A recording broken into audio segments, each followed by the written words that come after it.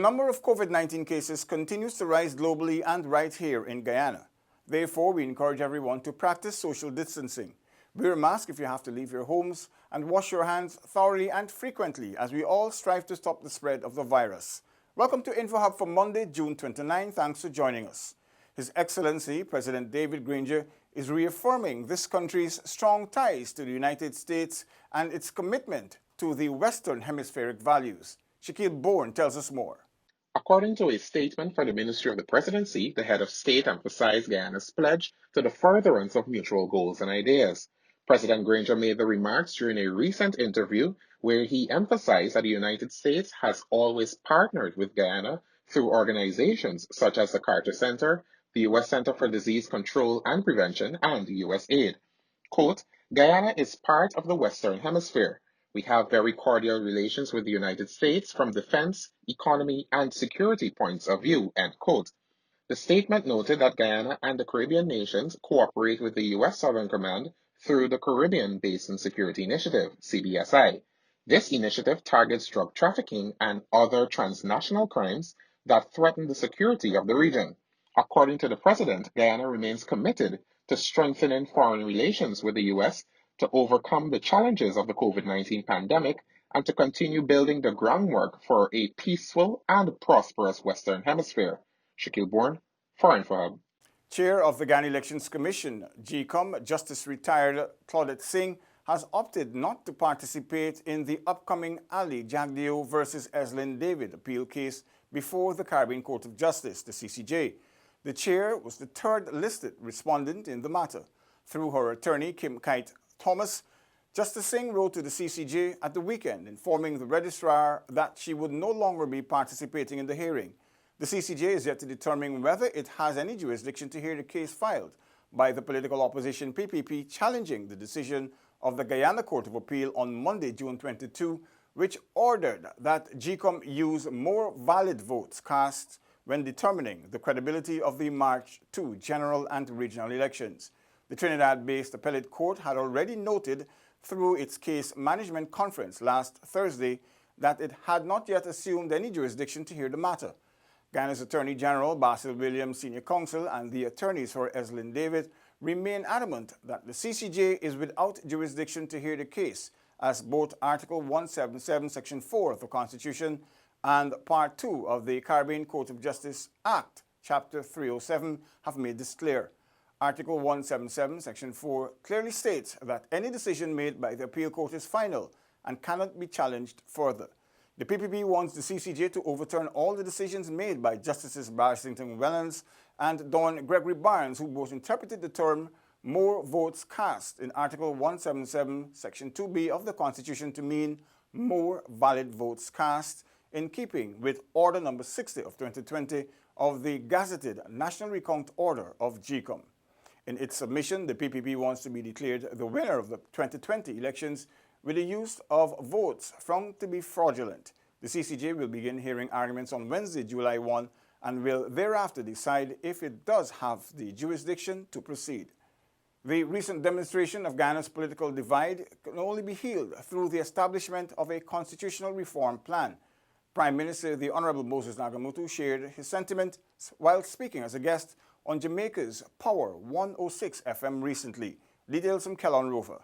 While Guyana has superb potential and is destined for greatness, PM Nagamutu posited that the nation's political situation can only be settled by a government that involves inclusivity and receive full support from all nationalities. The Prime Minister said his entry into the Alliance for Change, which later partnered with the Partnership for National Unity, was the first major step towards achieving this cohesiveness. This is a Guyana problem. This is a Guyana issue. And the problems within Guyana are very complex. And we have stayed away many times. Every decade, it seems, we are pulling back from the precipice of a civil war. And you don't need people from outside to add fuel to a potential fire. Prime Minister Nagamutu maintained that while the election will soon be concluded, the issue of how to heal this nation and build a cohesive Guyanese society is based on the participation and inclusion of all citizens, taking into consideration their political and social affiliations. We have said from the very outset that we are committed to a constitutional process and that wherever that leads, we are prepared to accept the outcome. For InfoHub, Kellon Rover. Calls for His Excellency President David Granger to concede defeat following the March 2 polls will not be heeded, as he remains and will continue to be the President of Guyana. More in this story. APNU AFC campaign co-manager Joseph Harmon said Sunday such propositions are most ridiculous and nonsensical and cannot be taken seriously. While the Court of Appeal has already ordered the Guyana Elections Commission to consider more valid votes cast to determine the credibility of the elections, and although the matter is sub judice before the Caribbean Court of Justice, there have been calls both locally and internationally for the president to concede to an elections of fraudulent votes. It really comes from a narrative which has been overtaken by time. And in view of a report submitted by the Chief Elections Officer to the Commission, showing that Mr. Granger's coalition, APNU AFC, with the majority of the valid votes cast after the recount. So there you have it, a report in the Elections Commission showing all the valid votes, and still people are calling for Mr. Granger to concede. Concede to what? Concede to who? What is he to concede to? Early last week, Chief Elections Officer Keith Lowenfield presented his report to the Commission Chair, Justice Retired Claudette Singh, showing the APNU AFC coalition winning the March 2 elections with 171,825 valid votes. The BPP followed with 166,343 votes, while the joint list of ANUG, LJP, and TNM together gained 3,348 valid votes. It appears to me, I would venture to say, any right-thinking person to be a most ridiculous and nonsensical proposition. Our people have been waiting for over 119 days for their president to be sworn in. And it has taken a toll on their patience. Harmon said the coalition government is still waiting to commence the promised decade of development, which will benefit all Guyanese. For InfoHub, Alexis Rodney. Guyana has retained its Tier 1 ranking in the latest Trafficking in Persons or TIP report of the United States State Department, which was released on June 25. This is the fourth consecutive year that Guyana has received a Tier 1 ranking. The annual TIP report ranks countries across the globe based on their efforts to combat trafficking in persons, with Tier 1 being the highest ranking a country can attain. Countries given this ranking are those who have made efforts to address the human trafficking problem that meets the Trafficking Victims Protection Act, the TVPA minimum standards. Guyana and the Bahamas are the only two Caribbean countries with a Tier 1 ranking. The report applauded Guyana for its efforts in demonstrating serious and sustained efforts by completing a draft amendment of the Combating Trafficking of Persons Act, sentencing a convicted trafficker to a total of 15 years imprisonment, drafting a national action plan to eliminate child labor, completing standard operating procedures for investigating and prosecuting trafficking cases, and opening its first trafficking shelter outside of the capital area. You can read more on the report on DPI's website. More news after this short break. Stay with us. The COVID-19 pandemic has had a devastating effect on communities all across Guyana. Many households and individuals now find themselves in need of public assistance. The government of Guyana will be assisting the most vulnerable. Those eligible to apply for this assistance are as follows. Individuals and/or households who are currently benefiting from public assistance provided by the Ministry of Social Protection. Individuals and/or households who applied for public assistance and are awaiting a response from the Ministry of Social Protection. Individuals and/or households who suffered a loss of income due to COVID-19, and households headed by senior citizens or persons with disabilities. Application forms can be downloaded from the Ministry of Social Protection's website at www.mosp.gov.gy or government.gy/eform/241. For further information, please call these numbers. We are in this together. This is a message from the government of Guyana. We are here to serve you. Welcome back. APNU Executive Aubrey Norton reiterates that votes cast is not the same as valid votes cast, something he says the international community ought to know about. Isaiah Braffett has more. The international community is disrespectful. And because many of them are educated, they should know the difference between a vote cast and a valid vote. Norton was at the time responding to a question on the international community's recent involvement in Guyana's elections. He was speaking on Benchcop Radio 107.1 FM on Friday. He noted that while votes are cast in an election, they must have all the legal statutory documents to be deemed valid. So it's not that they don't know, they are part of a scheme,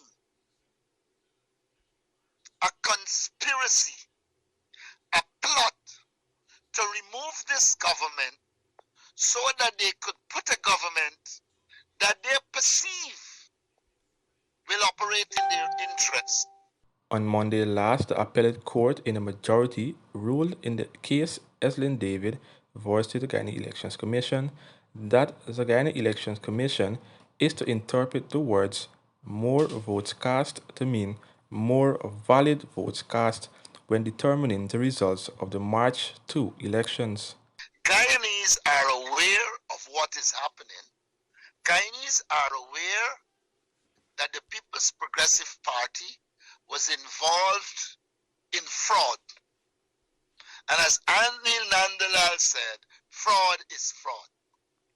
And we are not disposed to allowing any government to come to power by fraudulent means. Isaiah Braffett for InfoHub. The International Court of Justice, the ICJ, is scheduled to begin public hearings on the jurisdiction of the arbitral award of October 3, 1899, Ghana versus Venezuela, via video conferencing on June 30. In a previous press release, the ICJ noted that given the current circumstances as a result of the COVID-19 pandemic, the hearings will take place in the Great Hall of Justice using video conferencing technology and with the physical presence of some of the members of the court. Members of the media and the public will be able to follow the oral proceedings on the internet via a live web stream.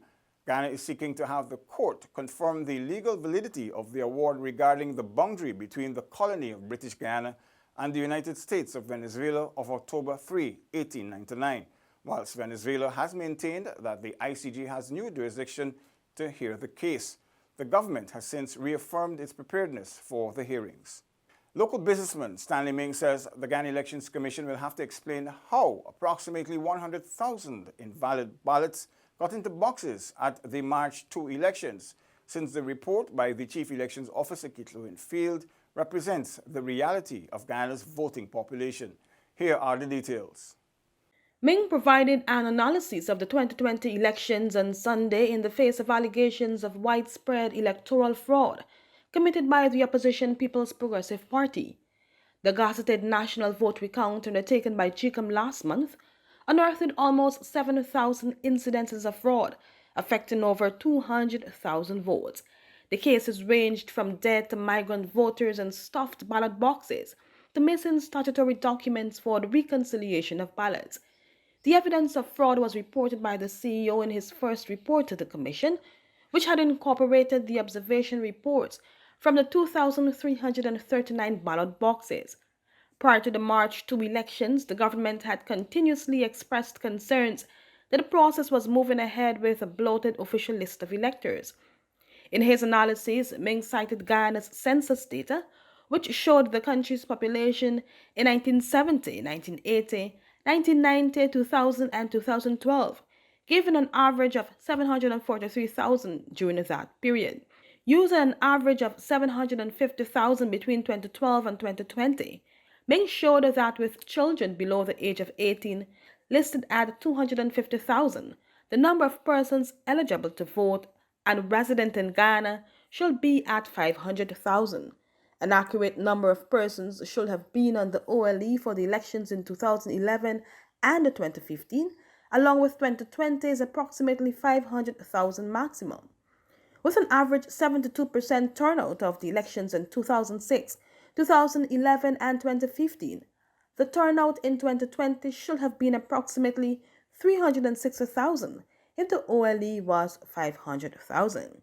He said the claimed valid votes cast in the 2020 elections, totaling 460,295, undoubtedly includes approximately 100,000 ballots, which should not be included in a credible result.